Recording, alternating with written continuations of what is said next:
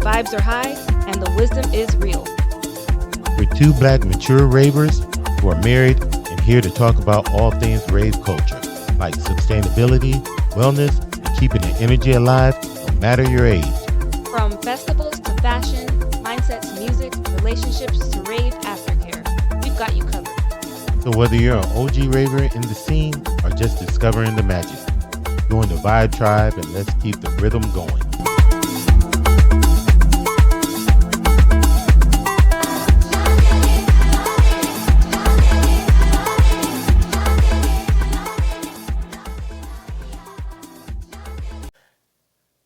Hi, I'm Tim. And I'm Lauren. Thank you for joining us on Two Boundless Vibes. This week, we're going to talk about rave shows and events that we go into and how to stay rave ready. Oh, yes. This week, one of the ways we try to stay rave ready is by going to different events. And this week, we went to a great event. Lauren? We went to Afrojack at Sound Nightclub in Hollywood. Nice. The club, I love the club, the way the lights go up and down. So I'll explain. I'll break it down how the lights are. So they have these kind of like diamond shaped lights, and they're like pendant lights, and they're all throughout the club, and they turn different colors, and then turn different colors at different times, and then they go up and down at different times, and then they have a lot of like little laser lights and things that go off. And you got to understand, we're not club people anymore. We used to be, or concert, club people, and we used to have a lot of concerts, but we're not really club people anymore. Mm-hmm. This was a special event. It was our friend Angie's birthday. Happy birthday, Angie. One more year, your 30s. Put it out there. Everybody knows. See, I wasn't going to say anything. That's not me. All I was saying was happy birthday. Well, when you're of a certain age. Okay, we are mature ravers. We are mature ravers. We are. But the show turned out to be, it was a really good show. We had an amazing time. We saw Afrojack, who's an amazing DJ. Mm-hmm. Yeah. I mean, typically he does a little bit more of a vibrant set. He plays a lot of house. He's a very exciting DJ. He's kind of a little more up and down than typically. This time I felt like he kind of kept a singular pace. Well, it was also that, I believe he was trying to work out some new stuff. He was trying some new stuff. Derek said that. Yeah. So, with that being said, there were moments in the show where the music was fantastic. Mm-hmm. There was other moments in the show where he was just kind of like, exactly. Chill out. But we were with family and friends, so it was an amazing time. Anyway, the vibes was high. Yeah. We had a great time. And it wasn't too crowded. Yeah. Like, a lot of times when you go to club events, the reason we don't go is that you're like shoulder to shoulder. You can't really move. You can't change the music. But also, it was a Tuesday night. True. Okay. So the fact that it was a Tuesday night may have made it a little bit less crowded than normal, which I have no problem with because there was plenty of room to dance. People wasn't bumping into me all night, And this though. What's that? This guy has a system. Okay. So, when you go midweek to a club, I mean, we're of a certain age. Let's be real. It's hard to go to work the next day. So he takes the next day off. I took a little page. Automatically. Book. I said, you know what? Automatically. I booked my whole day until like 3:00.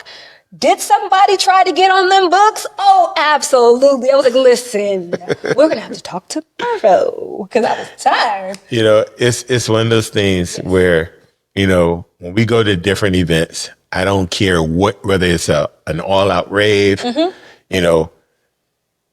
Unless it's a day party. Unless it's a day party. If it's a day party on like a Sunday, then and it's over by 6 or 7 in the evening, I'm going to work the next day. But if it's a full-blown thing or it's not ending at 2 or 3 in the morning, I'm taking off. If we have a travel day, that means the rave ended on a Sunday and Monday was a travel day.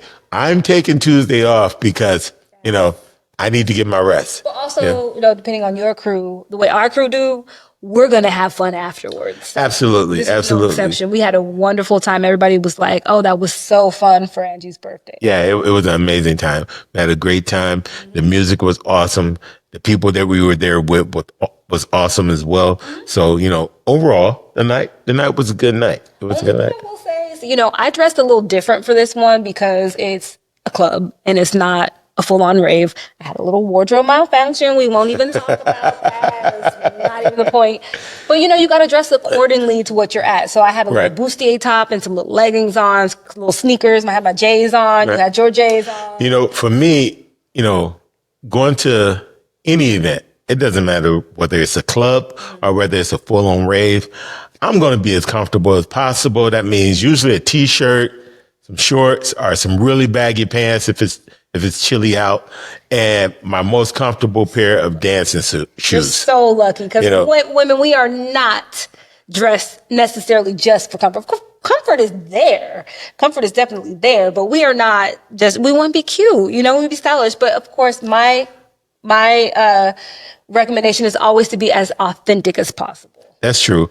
Yeah. I still try to be a little stylish. Like, I did something this time at this event I never do, which is I wore pashmina. Matter of fact, the whole crew wore pashmina. So we all had pashminas and we were like, oh, you got blue here, I got blue. You got green, I got green. We just kind of like swapped and everybody had a little pashy on. So it was cool. It was something that, we do from time to time.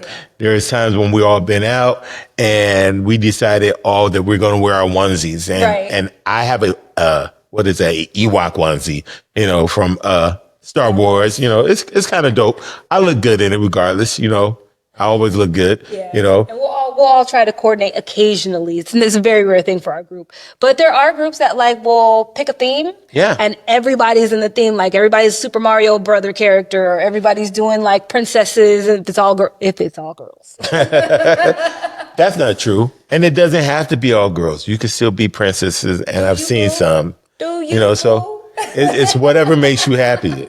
No judgment. Yeah. But it's fun to dress up for the rave. It really is. Yeah. And you take that and add it to the fact that, every once in a while, like we were at some event and this person was clearly lost. And I looked at him. I'm like, hey, your crew is over there, and I could tell that was their crew simply by the way they were dressed. And she's like, oh, thank you. But, one of the things that you have been talking about as well is, creating some of this stuff and creating some different looks for summer. Yeah. I mean, if you're a creative person, why not bring that into raves? I haven't done so much thus far. I think at Ultra, I made a t-shirt. I put some little patches on it and kind of brought a little bit of creativity there to make it like a cohesive look. But I haven't really been as authentic as I want to be. So I've kind of been talking about a few ideas, right? I talked to you about the skirt idea. Absolutely. I've been trying to or a top. Been trying to make this a top, that scarf top that you've been talking to me about.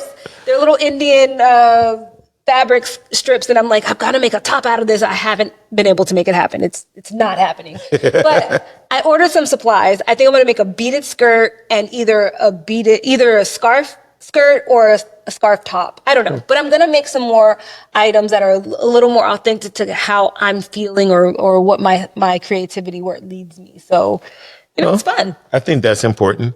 Yeah.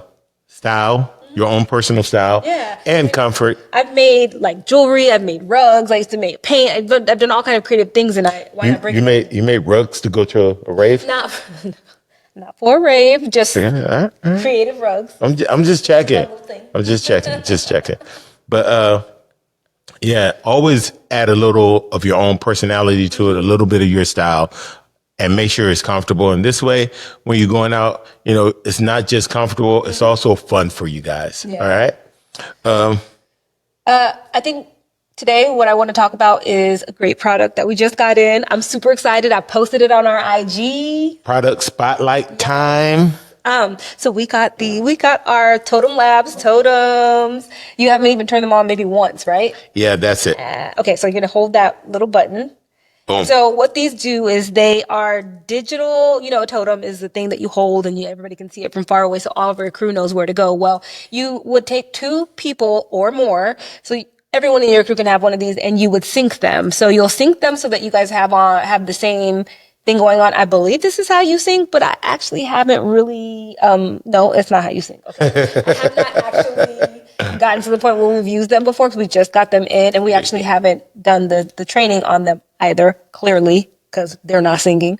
We're working on it. We'll get there. But so what you do is that you sync them, and then if someone's going to go on a little side quest or they're going to go off on their own, they will take the totem with them, and the other people will stay back in the group. And you can put it in different modes, like you can just use it as a compass, so it'll point to where the other person is, or you can put it in SOS mode, and it'll let your friend know, hey, I'm really lost. Come get me. Okay.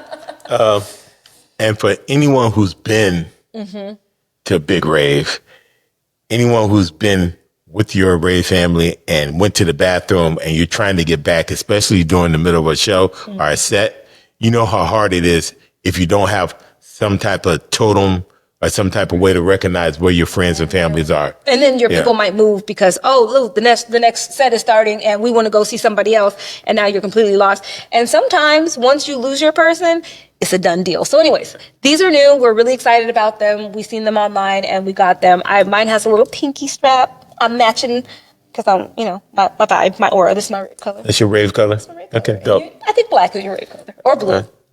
Yeah, I go with whatever. It doesn't matter. What's that? Matches? What's that? My drink to my drinks to my outfits. Bam, we in there. Cheers. To Totem. Absolutely. With that being said. Before we get out of here, let's talk a little about Plur today. So we talked about being creative and making things, and I think that we should talk about candies.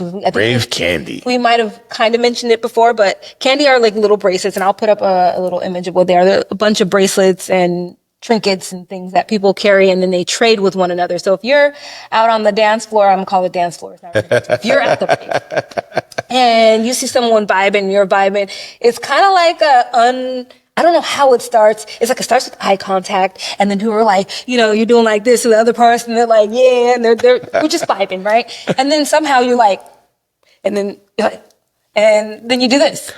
Actually, for me and for a lot of other people, if we see somebody and they're really like, whether they're cutting it up on the floor or they're just a chill vibe, we look at the candy that we've created.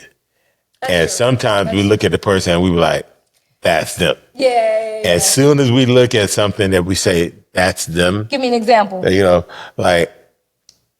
One time, we was just at Ultra. Yes. And it was this one couple and they were so cool. And they were so, in the spot at the time. Yes. She wanted to give me candy. She started trading with you first. I gave her candy. I traded with her, and then he traded with her or gave her something as well. Yeah. And neither of us were paying attention to what we gave her, but she was like, yeah. Huh. Well, I ended up giving them, and it's so funny because I gave her, I think, I gave him, you hear that? Oh, yeah. Killers in the Jungle. And her was Killers in the Jungle. Yeah. So it's a couple they had. I don't know what I gave, but Killer in the Jungle. But she was extremely happy. So, it was dope. It was a great time. Let's show everybody how you can trade candy if you're a newbie. So you go peace, love, unity, and you're going to give them the candy. This is not actual candy, so.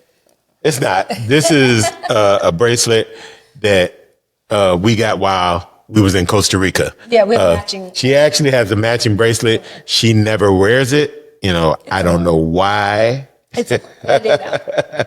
But a lot of the candy does look like this. And there's different designs that you can make, or you can buy. And whether you do the beads or whether you do the iron-on type, where you actually make like a medallion. It's a bunch of different styles out there. It's a great way to bond with your rave family, or it's a great thing to do just strangers. With strangers, or even as like what you call that with your kids, where arts and crafts. You got kids at home, and you want to do an arts and craft thing real quick. Put them to work, have them make some candy for you, so when you hit that event, you got enough. But it's always part of just being there and being in the moment, having a great time. With that, we thank you for joining us this week on Boundless Vibes. Feel free to connect with us on IG at Boundless Vibes. Join the Vibe Tribe. Send us a message. Let us know if you have any thoughts or want to sit down with us or have any input. Whatever you want to say, just let us know. All right. It's been great. See you soon. Peace.